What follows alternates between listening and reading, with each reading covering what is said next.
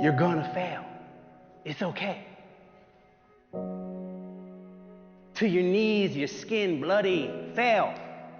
And that's okay, because you know what? You know down deep inside of all of you, that's how you learn. You need to be motivated by failure. How'd you learn how to walk? You crawled, then you fell down, busted your tooth. Got some blood in your mouth, you get up and you walk. You will fail at some point in your life. Accept it. You will lose. You will embarrass yourself. You will suck. You're not even trying. Failure is a part of the learning process, right? What's the risk of failure? What, you'll be embarrassed, or risk of failure? How do you distinguish failure from learning? In your whole life, failure implies that it stopped, that the game stops, right? If it's part of you're failing and then you learn, then that learning is part of the moving forward, right? So that is what the process is like. Fail, learn, move forward, and constantly do that because you're cutting edge. You're going where people haven't been before. Success is merely the hangover of failure.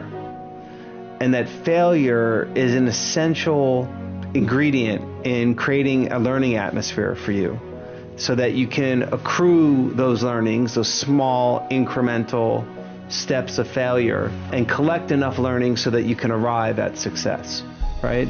I think we're taught in the system that failure is something that you should be ashamed of.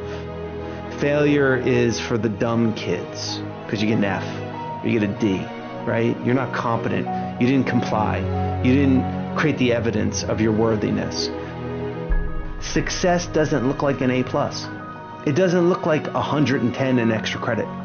And failure isn't as simple as an F. And it's not always, like failure could be very gray, right? And being able to discern what you might arrive at an event or in your life where you think that, wow, I've succeeded, and you're getting the affirmation from all these outside forces. But if it's not aligned authentically with to whom what you are, it could very much feel like failure.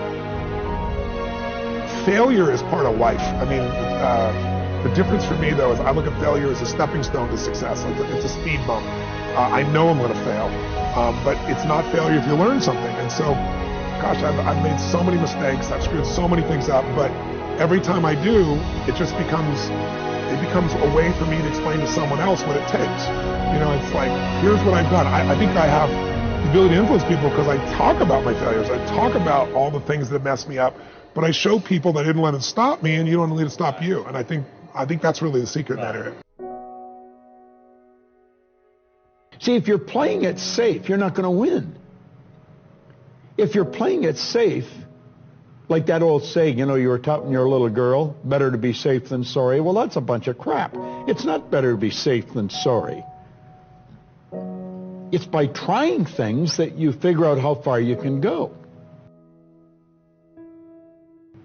You got to get outside the box.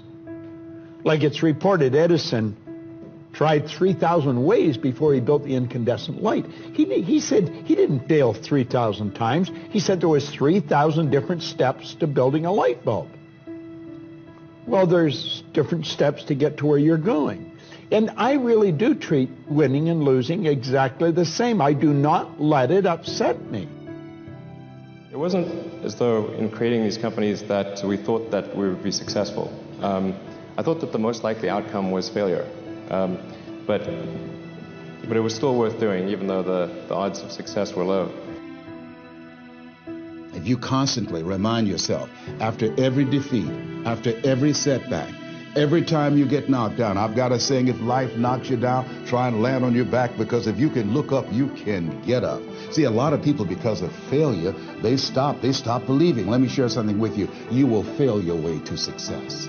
Yes. 8 out of 10 millionaires have been financially bankrupt. You will fail your way to success. It doesn't matter how many times you fail. It doesn't matter how many times people tell you that you can't do it. It doesn't matter if you don't have a dime in the bank. You will fail your way to success. getting it wrong isn't that bad. That's the other thing.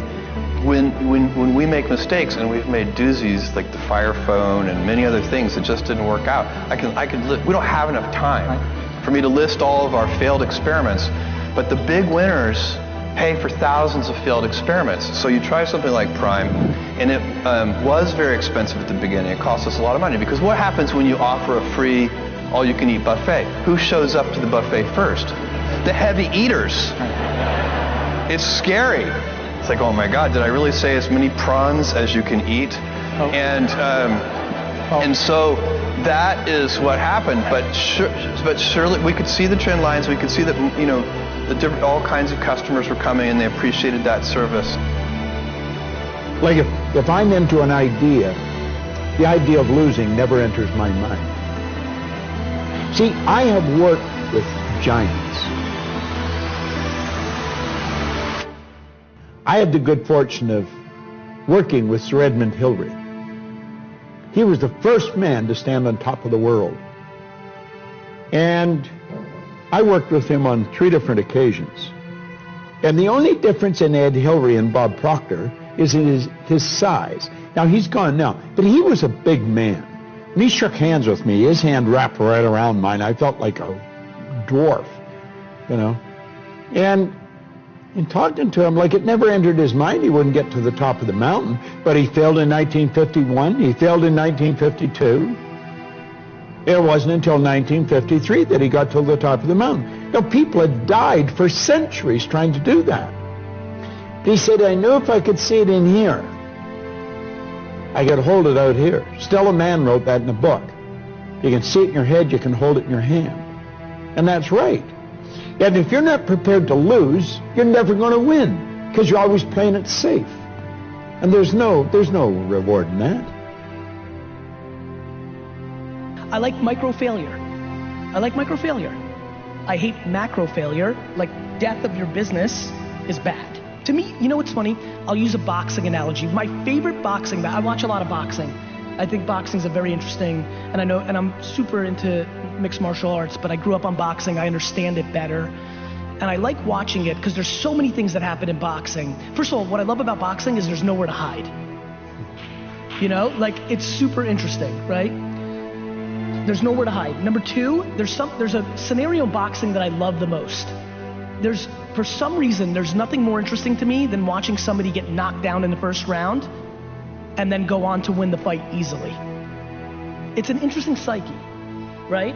And I like that, and this is what I'm thinking about it, which is like, here's what's bad in boxing and in business. Going into a fight, getting knocked the f*** out in the first round and losing the match. Bad. Getting knocked down and then having the adversity to readjust to what you got caught on and navigating it to easily win a fight is remarkable. That's how I think about entrepreneurship. The reason so many people struggle with entrepreneurship is you have micro failures almost daily, and they're very in your face. You can't hide. And I like that. I like failure because I think I deserve it. I hate when people don't respect the game. When I fail, it means I f***ed up. And I like that because I think people get audacious. You don't make excuses for the failure, you grieve it. You feel the pain. You don't brush it off, you don't downplay it. You feel the pain and you don't rush to feel better. Now, listen, this is a principle of life I'm about to tell you. To get past it, you gotta go through it. That's true in so many areas, but it's particularly true with failure. To get past your failure, that failure in your life, you gotta go through it. You can't go around your failure, you can't go over your failure, you can't go under your failure, you can't ignore your failure. You need to grieve the failure. You need to feel the pain. Now, we don't like feeling bad, but grief is a good thing. Grief is the way we get through the failure, and grief is the way we learn the lessons. So often, we want to just, when we fail, we want to just forget it, push it aside, stuff our emotions, and then immediately go to the next thing. When you stuff your emotions, when you swallow your emotions, your stomach keeps score. It's kind of like, what if you took a can of Coke and you shook it up for a long time and then you put it in the freezer? What's going to happen to it? It's going to explode eventually. It's going to come out sideways. And this happens in your life when you don't deal with your emotions properly. This is why sometimes 6 months after failure, a marriage falls apart. Or 6 months after somebody gets laid off work, there's another problem. There's a physical health problem, things like this. Because you've shaken up the can and you've got all these emotions feeling inside of shame and regret and fear and insecurity and all the things that come with failure, and you're not dealing with them. And so you shake it up and you say, we're just going to put this in the refrigerator and try to forget about it, and we're going to freeze it, and it's going to explode, and it's going to come out sideways in an affair or in wrong behavior or an impulsivity or an addiction or all kinds of other things. I have seen this thousands of times in people's lives. You don't minimize it. You don't rush to feel better. To get past your failure, you've got to go through the failure.